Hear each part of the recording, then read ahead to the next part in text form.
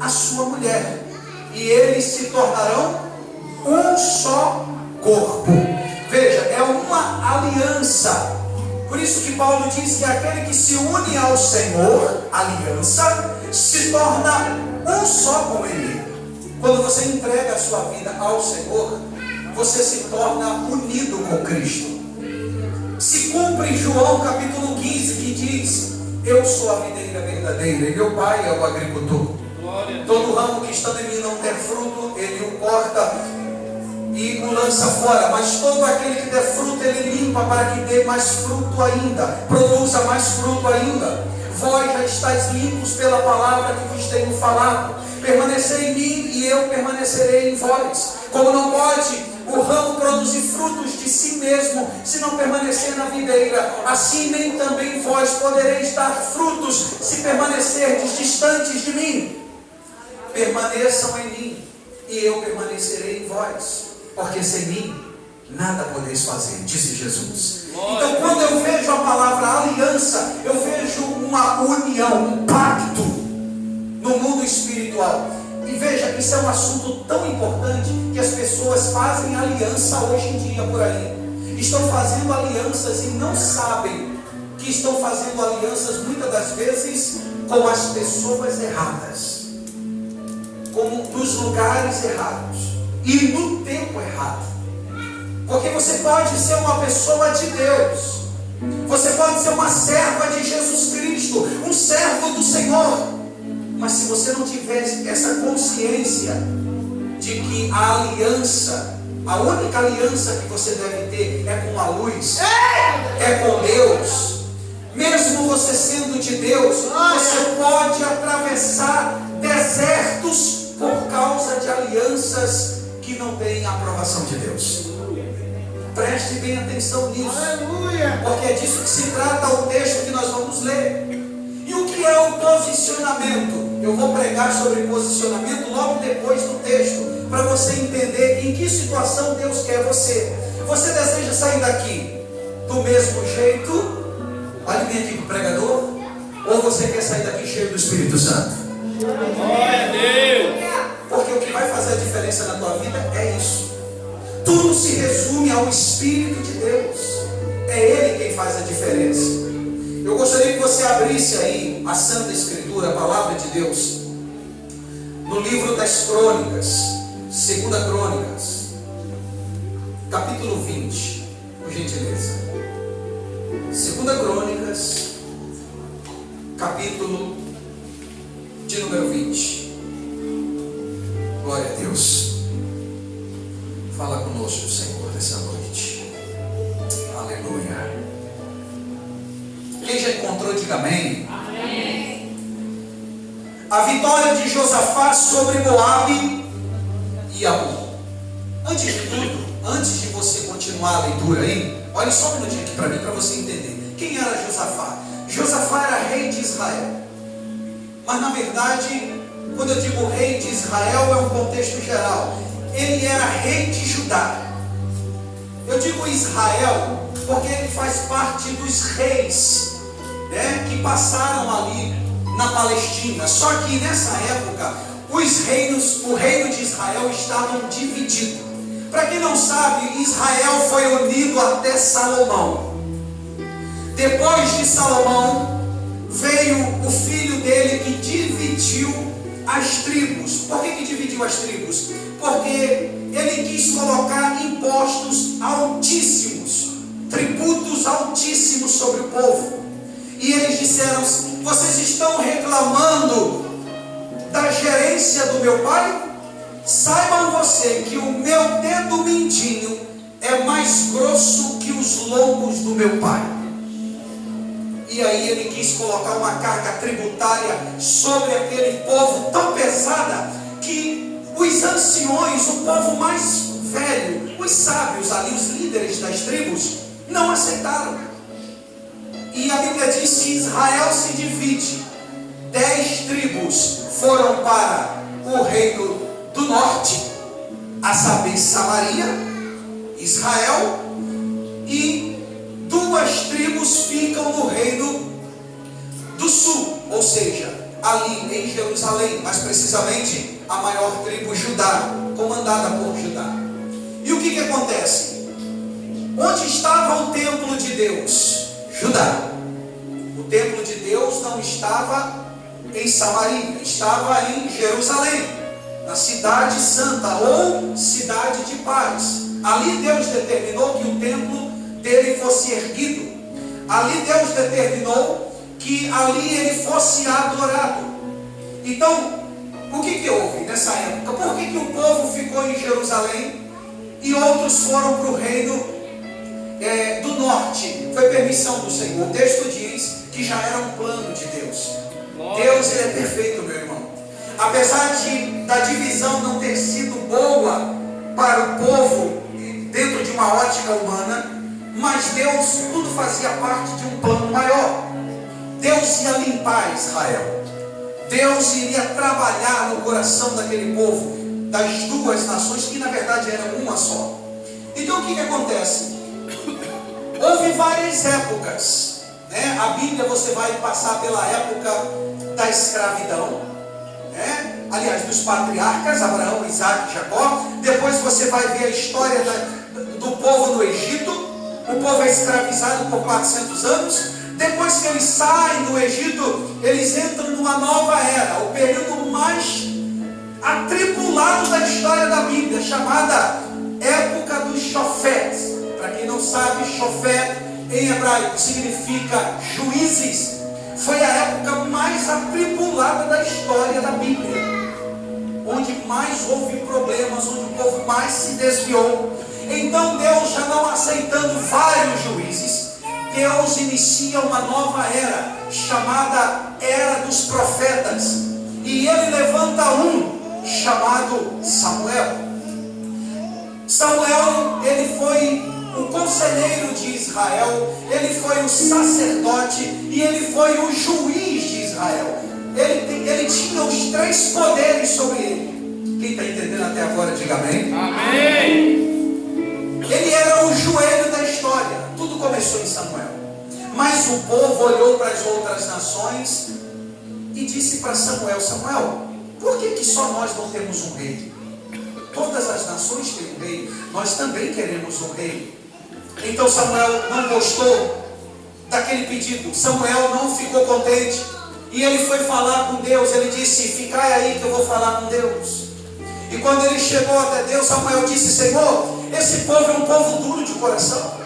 Agora eles querem um rei. Agora eles não querem mais se submeter aos nossos conselhos.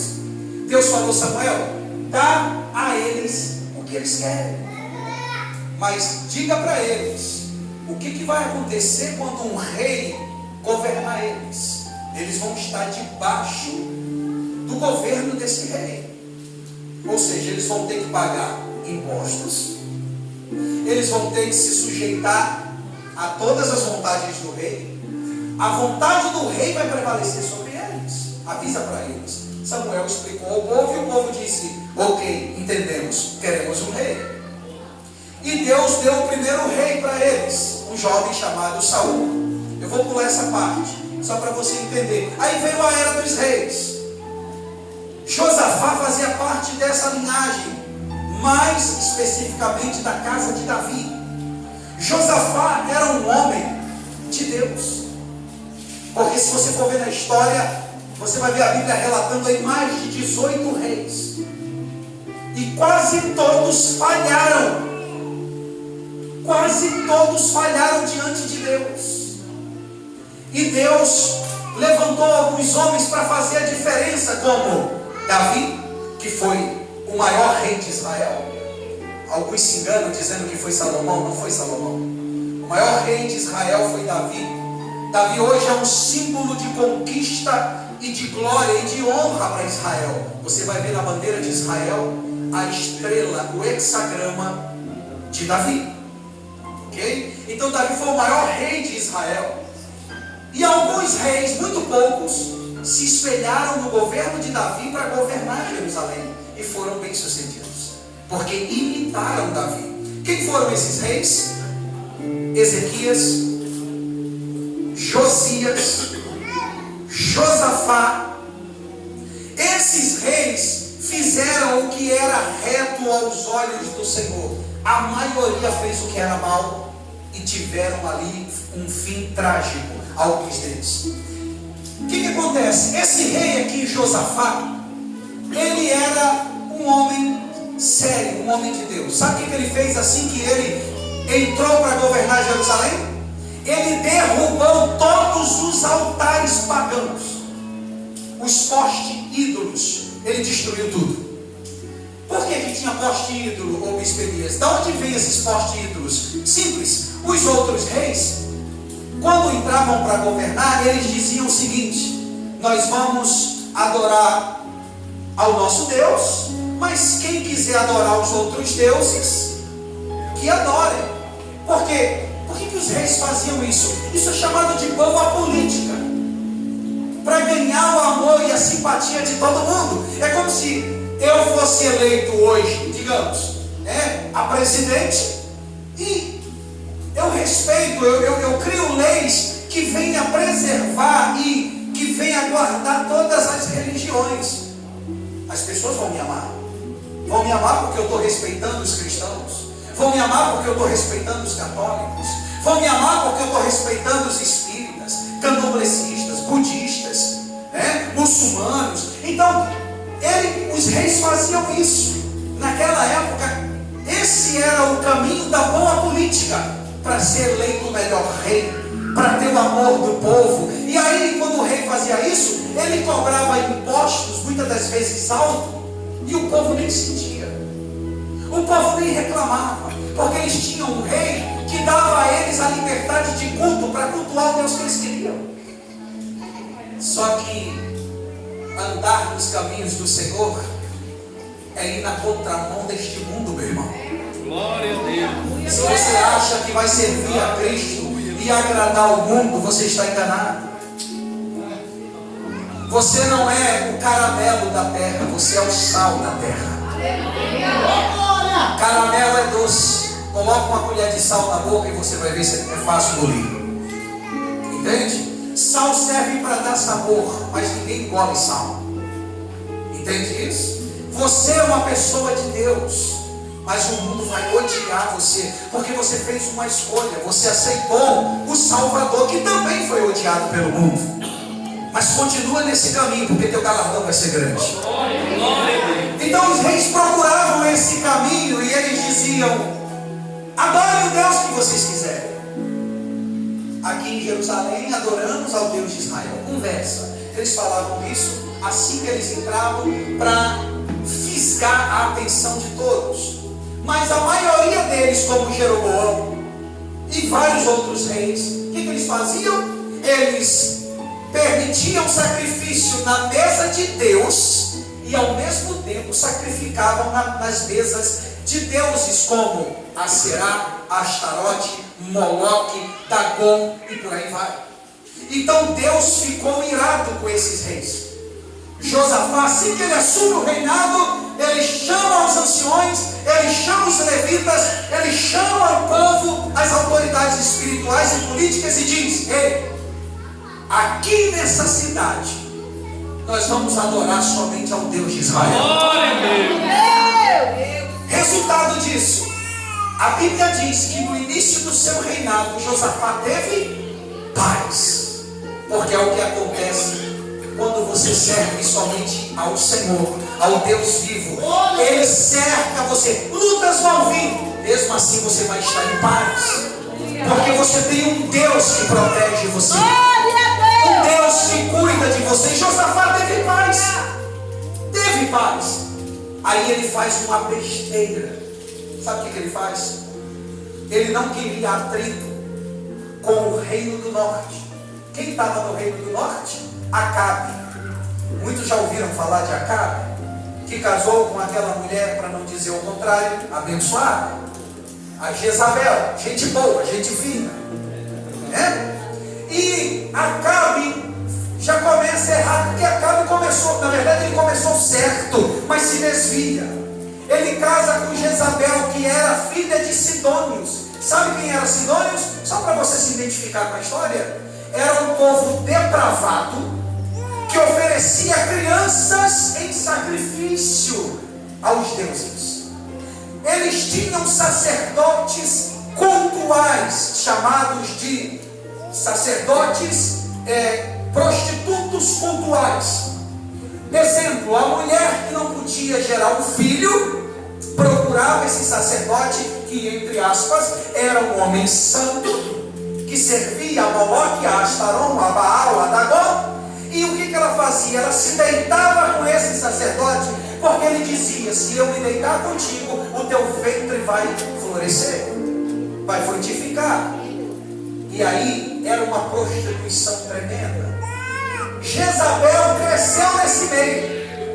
E sabe o que ela faz? Ela traz essa cultura, vai prestando atenção, ela traz essa cultura para dentro de Samaria, para a vida de Acabe. E Acabe, por um tempo, respeitou os sacerdotes de Deus, até que Jezabel convenceu ele, dizendo: os deuses estão irados com esses sacerdotes aí do Deus de Israel. Matai, mata eles. Deixai só os sacerdotes de Aserá, de Baal. O resto mata tudo. E aí Acabe começa a matar os profetas de Deus.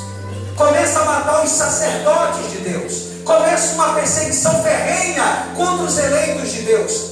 Sabe o que Josafá faz? Josafá está lá em Jerusalém em paz, tranquilo. Acabe manda um recado para ele dizendo: ô rei Josafá, você vai se aliar a mim? Como é que vai ser o teu governo aí, hein? Tu vai se aliar a mim ou tu vai entrar em guerra comigo?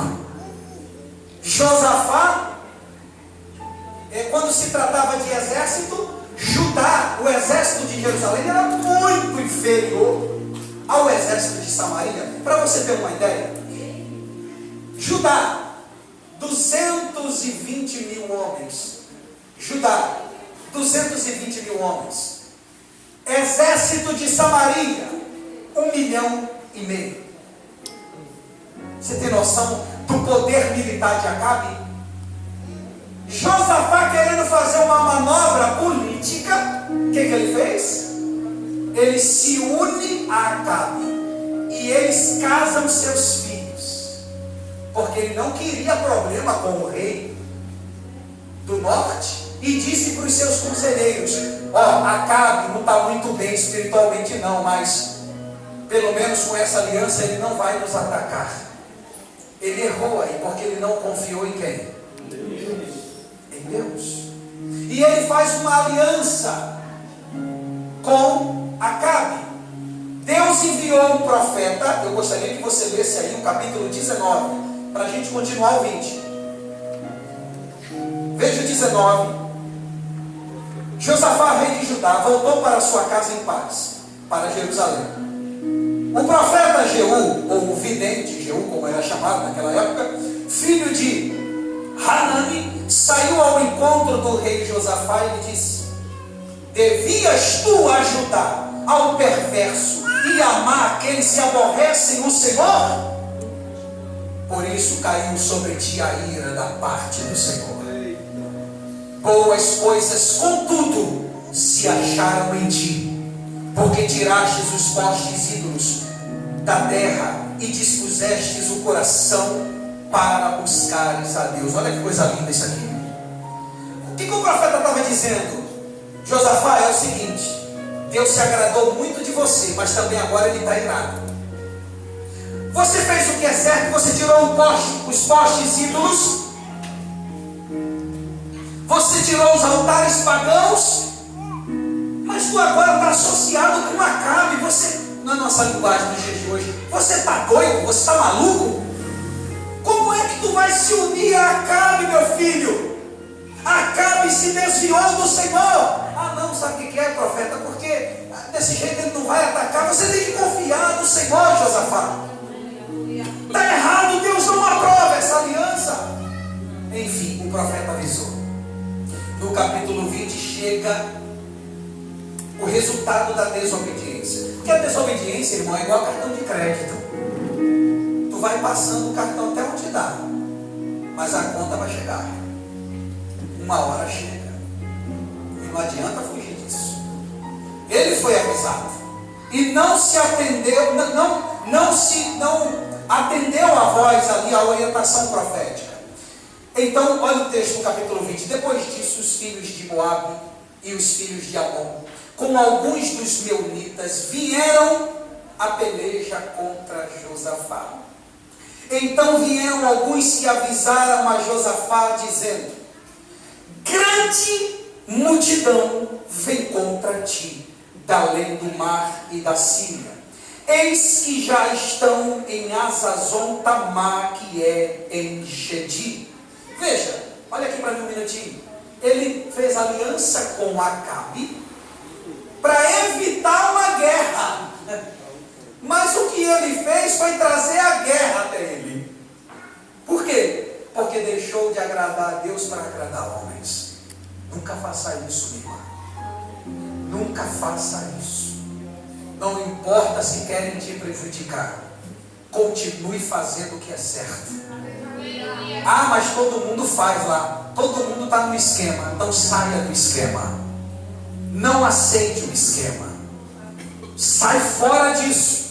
Continua com Deus. Porque se você tem medo de ser prejudicado por eles, não se esqueça que o mesmo Deus que exalta, Salmo 75, verso 7, Deus é juiz. A um abate, a outro ele exalta. Não é os homens que você tem que temer. Por que temeis aqueles que matam o corpo? Temei antes aquele que pode lançar no inferno tanto o corpo como a alma. Não tema os homens. Amados, o homem não é nada. Ah, mas fulano é rico, não é nada. Ele é pó. Ele não é nada. Deus tem o coração de todos os homens nas mãos. O mesmo Deus que mandou Moisés até o faraó, dizendo: fala para o faraó, deixai meu povo ir para o deserto, a fim de que me ofereçam sacrifícios no deserto. Foi o mesmo Deus que endureceu o coração de faraó para não deixar o povo ir. Olha Deus no controle aí.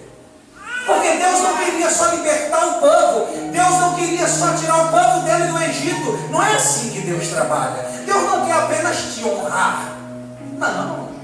Deus quer fazer coisas extraordinárias para atingir teus amigos, teus vizinhos, teus colegas de trabalho, e até quem não te conhece vai ver a glória de Deus na sua vida.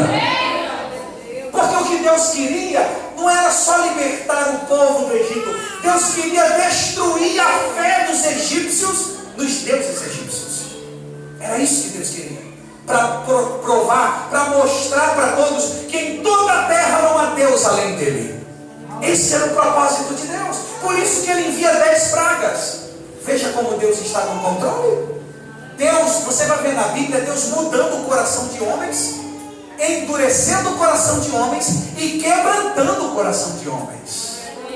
Sabe aquela pessoa que um dia disse não num projeto para você? Basta um toque de Deus e ela vai se humilhar para você aceitar um sim. Eu já vivi isso, sabia? Eu já vivi isso. Algo que eu queria muito e era impossível. E disseram para mim: isso aí é difícil. Eu falei: então espera, daqui a um tempo tu vai ver. O que todo mundo achava impossível, um dia tentaram, me bajularam para mim aceitar aquilo que anos atrás foi rejeitado. Olha que tremendo isso. Nada como essa ferramenta chamada tempo. Deixa Deus trabalhar no tempo. Não impede a ação do Espírito Santo. Ele sabe o que ele está fazendo na sua vida. Ah, mas Deus parece que está demorando, bispo. Não, Deus não demora. Sabe por que ele demora? Deus só chega na hora certa. A tua vida já está escrita no livro, desde a eternidade. Salmo 139, verso 16: tu me vistes a substância informe, e todos os meus dias estão escritos no teu livro, cada um deles escritos e contados, quando nenhum deles ainda havia. Deus está no controle de todas as coisas. Aleluia, Deus! Então Josafá, ele escolhe o caminho mais difícil. Ele faz uma aliança perigosa. Deixa eu falar uma coisa com você, não se assusta não. Posso falar? Pode. Posso mesmo? Pode. Toma cuidado com quem tu anda. Viu? Porque às vezes, o que acontece? Você é de Deus. Mas enquanto você andar com quem escarnece do Senhor, Deus não vai abençoar você. Ah, mas o projeto foi revelado que esse projeto é de Deus. Pode até ser, mas Deus segura a profecia até essa aliança ser desfeita. Guarde isso no seu coração. Agora olha o resultado. Olha o que está escrito. Verso 3. Meu Deus, já é 9 horas já. Rapaz, como passou rápido. Meu Deus. Vou acelerar aqui, gente. Olha o que diz no verso 3. Então Josafá teve medo. O que ele teve? Medo. É normal ter medo? É normal? É normal. Você pode ser uma pessoa cheia do Espírito Santo. Dependendo da notícia, não tem medo. Porque você é humano, isso é normal. Mas fica tranquilo, a parte boa está chegando. Teve medo e se pôs a buscar ao Senhor e apregoou um jejum em toda Judá. Olha o que o medo fez. Levou ele à casa do oleiro. Por causa da ameaça, Josafá se pôs a buscar o Senhor. Sabe o que Josafá fez? Se posicionou. Ao invés de você abrir a boca para dizer para Deus o que você é, diga para Ele o que você não é.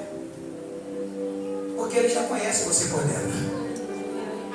Diga para Ele, faz o que Josafá fez. O que Josafá fez, ó bispo? Ele fez isso aqui, ó. Olha que lindo. Verso 6. Isso para mim é uma das orações mais lindas da Bíblia, viu?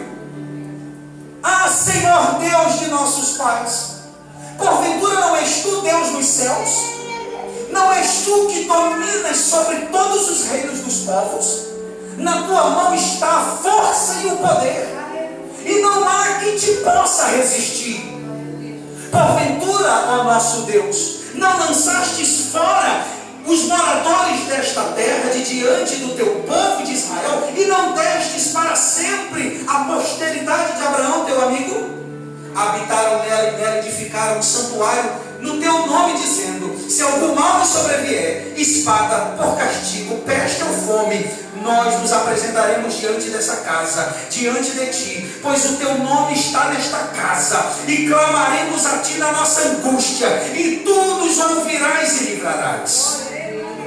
Agora, pois, eis que os filhos de Amon e Moabe e os do monte Seir, cujas terras não permitistes a Israel invadir, quando vinham da parte da terra do Egito, mas deles se desviaram e não os destruíram, eis que nos dão pago, vindo para lançar-nos fora da tua possessão, ou seja, daquilo que tu nos destes, em herança. Ah, nosso Deus, acaso não executarás tu o teu julgamento contra eles? Porque, olha que humildade que Josafá diz, ó, porque em nós não há força para resistirmos a essa grande multidão que vem contra nós, e não sabemos nós o que fazer. Porém, os nossos olhos estão postos em ti. É lindo demais isso. Sabe quando você diz assim: Senhor, eu não sei mais o que fazer. Aquela situaçãozinha lá, que alguns conhecem. Eu não sei mais o que fazer. Eu já vi perdendo essa guerra, ó. Não tem mais forças. Aí você abre a boca para dizer: Senhor, mas saiba que os meus olhos estão no Senhor. Aleluia. O que Davi diz no Salmo 121? Eleva os meus olhos para os montes. De onde virá o meu socorro? O meu socorro virá do Senhor, que fez os céus e a terra. Não dormitará o guarda de Israel, não permitirá que os meus pés vacilem. Olha para onde Davi estava olhando. Josafá disse o mesmo: eu não sei o que fazer, o meu exército é pequeno, eles são grandes. Se eu tiver que morrer, eu vou morrer, mas os meus olhos estão no Senhor, o Deus de Israel. Glória a Deus. Ele reconheceu que ele errou, ele reconhece, mas ele fez essa oração. Até esse momento a guerra era contra Josafá. Quem está prestando atenção aqui? Quem está prestando atenção? Até hoje a guerra era contra você, mas mudou. Agora a guerra é contra Deus, e Deus ninguém vence. Aleluia. Até esse momento aqui, Josafá estava morrendo de medo, porque a guerra estava na mão dele, o problema estava na mão dele. Eu acho lindo como o Espírito Santo trabalha. Eu sou um dos pregadores que minha esposa Thaís sabe. Meu ministério é pregar sobre o Espírito Santo. Eu amo pregar sobre o Espírito Santo, porque ele está no início e ele está no fim. Se você analisar a história do Espírito de Deus, nem mesmo o próprio Filho de Deus poderia ter feito o que fez se não fosse através do Espírito Santo. Quer que eu te prove? Fala para mim um milagre que Jesus fez até 30 anos. Só um. Por favor, alguém me diga um milagre que Jesus fez até 30 anos. Se você achar algum milagre que ele fez até 30 anos na Bíblia, eu deixo de pregar a palavra. Acho para mim. Não existe. Ninguém sabia nem quem era Jesus até 30 anos. Mas foi logo depois da chegada do Espírito Santo que todos conheceram Jesus o Nazareno. Porque quando o Espírito chega, ele muda tudo. Ele muda tudo. Samuel disse para Saul: o Espírito do Senhor descerá sobre ti. 1 Samuel capítulo 10. O Espírito do Senhor descerá sobre ti e tu serás moldado em outro homem. Olha que lindo isso. Josafá estava com medo, né? Depois que ele fez essa oração, o Espírito de Deus entra em ação e toma um jovem que estava ali no meio, chamado Jaziel. É o que está escrito aqui, ó, no verso 14. Então veio o Espírito do Senhor. Já observou na Bíblia que o Espírito Santo no Velho Testamento ou Primeiro Testamento, todas as vezes que um servo dele estava em perigo, você vai ver assim, ó: e veio o Espírito do Senhor sobre fulano. Quando Sansão foi ameaçado, todas as vezes pelos filisteus, então o Espírito do Senhor tomou a Sansão. E Sansão brinca com os filisteus, porque quando o Espírito Santo ele entra em alguém, você tem todo o poder e a autoridade de Deus na sua vida. O que faz a diferença é o Espírito Santo. Se eu não tenho o Espírito de Deus, eu sou apenas um pastor aqui nesse púlpito. Qualquer um pode pregar. Mas com o Espírito Santo eu não sou apenas um pastor. Com o Espírito Santo eu sou a voz que clama no deserto. Eu sou aquele que prepara o caminho do Senhor. A mesma coisa é você.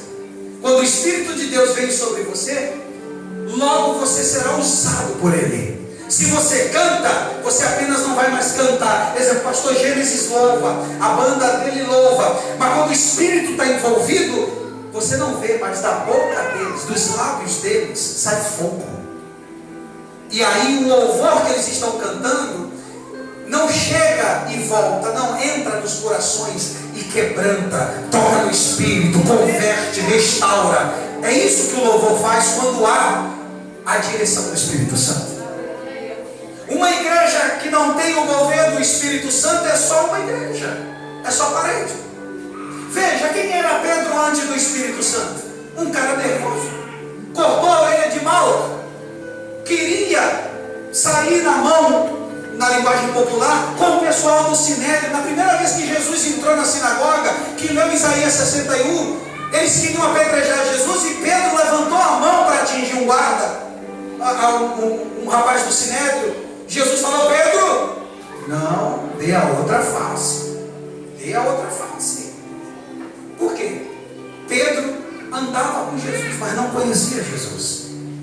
Mas em Atos capítulo 2, o Espírito que habitava no Filho de Deus e habita ele entrou nos discípulos. E a Bíblia diz que agora aquele Pedro nervoso, que negou Jesus 3 vezes, em 2 cultos, ganhou 8.000 almas para Jesus. Em 2 cultos. Olha que tremendo isso. Até a sombra dele curava. Olha que tremendo. O Espírito Santo é o segredo.